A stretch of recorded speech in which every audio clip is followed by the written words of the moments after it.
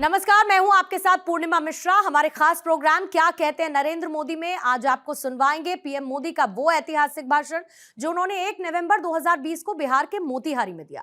अपने भाषण में प्रधानमंत्री ने कहा कि आज बिहार प्रगति के जिस पथ पर है वो बिहार का भविष्य और मजबूत करेगा, उसे और गौरवशाली भी बनाएगा, वैभवशाली भी बनाएगा और एनडीए के हम सभी साथी मिलकर इसी सोच को साकार करने में लगे हैं। साथियों, श्रमिक साथी जब गांव से शहरों की ओर जाते हैं तो गांव में अपने घर को लेकर उनके मन में आशंका रहती है, चिंता रहती है। पता नहीं वापिस जाएंगे तब घर हमारे पास होगा कि नहीं होगा। अब देश के अन्य राज्यों में एक बहुत बड़ी योजना शुरू की गई है, जिस योजना का नाम है स्वामित्व योजना। इस योजना के तहत गांव के, घरों के, गांव की जमीन के कानूनी दस्तावेज दिए जा रहे हैं, मालिकाना हक दिया जा रहा है। जैसे ही बिहार में नीतीश जी फिर मुख्यमंत्री बनेंगे, एनडीए की सरकार बनेगी, तो यहां भी चुनाव तो पूरा होने के बाद ये योजना तेज गति से आगे बढ़ाई जाएगी। इससे कब्जे की आशंका तो खत्म होगी ही, गांव के घरों पर अगर घर का मालिक बैंकों से लोन लेना चाहता है, कर्ज लेना चाहता है, तो उसको कर्ज भी उपलब्ध कराया जाएगा। साथियों, बिहार के युवाओं को बिहार में ही अच्छा और सम्मानजनक रोजगार मिले, ये बहुत जरूरी है। सवाल ये है कि ये कौन दिला सकता है? वो लोग जिन्होंने बिहार को अंधेरे और अपराध की पहचान दी, वो लोग जिनके लिए रोजगार देना करोड़ों की कमाई का माध्यम है, या फिर नीतीश जी के नेतृत्व में एनडीए जिसने बिहार को बीमारू राज्य की श्रेणी से बाहर निकालने का अद्भुत काम किया है। आप याद करिए, जंगल राज की हालत तो ये थी कि जो उद्योग, जो चीनी मिलें दशकों से चंपारण और बिहार का हम हिस्सा रही है, वो भी सारी की सारी बंद हो गई।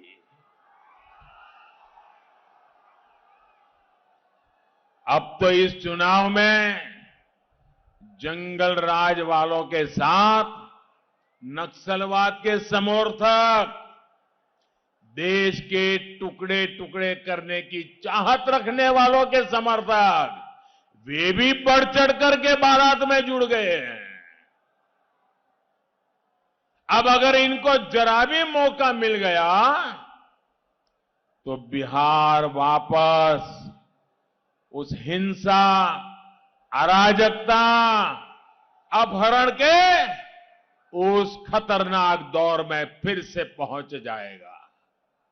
और इसलिए बिहार को सतर्क रहना है, बिहार को सावधान रहना है। जंगल राज के युवराज से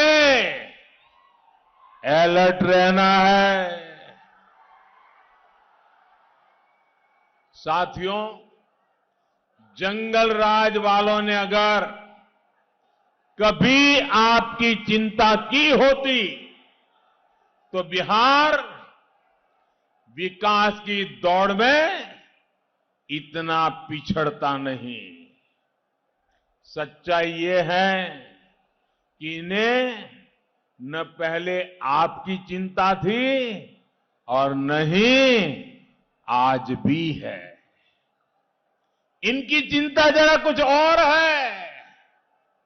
जंगल राज वालों को चिंता है कि अपनी बेनामी संपत्ति कैसे छिपाएं। एनडीए का प्रयास है कि हम बिहार के अपने गरीब भाई बहनों को ज्यादा से ज्यादा पक्के घर कैसे बना के दें। जंगल राज वालों को चिंता है कि अपनी तिजोरी कैसे भरे, जबकि हमारी प्राथमिकता है बिहार के किसानों को, बिहार के श्रमिकों को, बिहार के बुजुर्गों को पैसे सीधे उनके बैंक खाते में कैसे पहुंचाए। जंगल राज वालों को चिंता है कि लालटेन कैसे जले। हमारा प्रयास है कि हर घर में दूधिया चमकदार एलईडी बल्ब कैसे पहुंचे। साथियों, इन लोगों ने कभी बिहार की महिलाओं, बिहार की बहन बेटियों के होने वाली परेशानी की कभी चिंता नहीं की।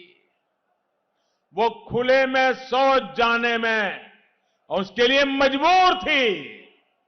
उनकी सुरक्षा पर खतरा रहता था, लेकिन जंगल राज वाले जंगल जैसे हालात बनाए रखना चाहते थे। ये एनडीए की सरकार है जिसने बिहार की माताओं बहनों के लिए लाखों शौचालय बनाकर उनकी परेशानी कम करने का प्रयास किया है। साथियों, मुझे याद है कि जब उनकी इस तकलीफ के बारे में मैंने लाल किले से बात की थी तो ये लोगों ने किस तरह मेरा मजाक उड़ाया था। पर मुझे खुशी है कि आज आप सभी ने मिलकर बिहार के 38,000 से ज्यादा गांवों को खुले में शौच से मुक्त कर दिया है। मैं पिछले साल चंपारण में सत्याग्रह से स्वच्छाग्रह कार्यक्रम के समापन पर आया था। चंपारण सत्याग्रह के 100 साल पूरे होने पर स्वच्छता का ये प्रयास करके इस क्षेत्र के लोगों ने राष्ट्रपिता महात्मा गांधी को सच्ची श्रद्धांजलि दी है। और इसलिए मैं यहां के लोगों का जितना नमन करूं, जितना आदर करूं, उतना कम है। भाइयों और बहनों, आज बिहार प्रगति के जिस पथ पर है, वो बिहार का भविष्य और मजबूत करेगा, उसे और गौरवशाली भी बनाएगा, वैभवशाली भी बनाएगा। एनडीए के हम सभी साथी मिलकर इसी सोच को साकार करने में लगे हैं। जंगल राज का अंधेरा बिहार पीछे छोड़ चुका है। अब नई रोशनी में डबल इंजन की ताकत के साथ विकास का लाभ हमें बिहार के हर व्यक्ति तक पहुंचाना है। यही वजह है कि मां गंगा पर कहीं सबसे बड़े पुल बन रहे हैं, तो कहीं पर नए एयरपोर्ट, नए हाईवे बन रहे हैं। जिस बिहार ने चाणक्य के अर्थशास्त्र को प्रेरणा दी, आज वही बिहार गैस आधारित अर्थनीति की दिशा देश को दिखा रहा है। एनडीए के सभी साथी आत्मनिर्भर बिहार के संकल्प के साथ हर कदम पर बिहार के लोगों के साथ खड़े हैं। साथियों, आत्मनिर्भर बिहार यहां के हर युवा की आकांक्षाओं को पूरा करने का एक पक्का रोड मैप है। आत्मनिर्भर बिहार यहां के गांव के सामर्थ्य को पहचान दिलाने का मार्ग है। आत्मनिर्भर बिहार गांवों में उद्यम के, रोजगार के अवसर तैयार करने का अभियान है। आत्मनिर्भर बिहार बिहार के गौरव, बिहार के वैभव को फिर से लौटाने का मिशन है।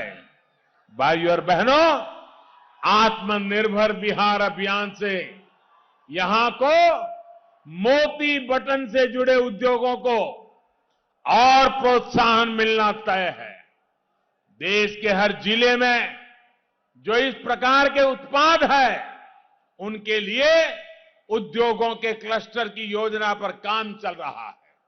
खेती हो, पशुपालन हो, मछली पालन हो, इससे जुड़े उद्योग और उद्यम आत्मनिर्भर चंपारण, आत्मनिर्भर बिहार का अहम हिस्सा है।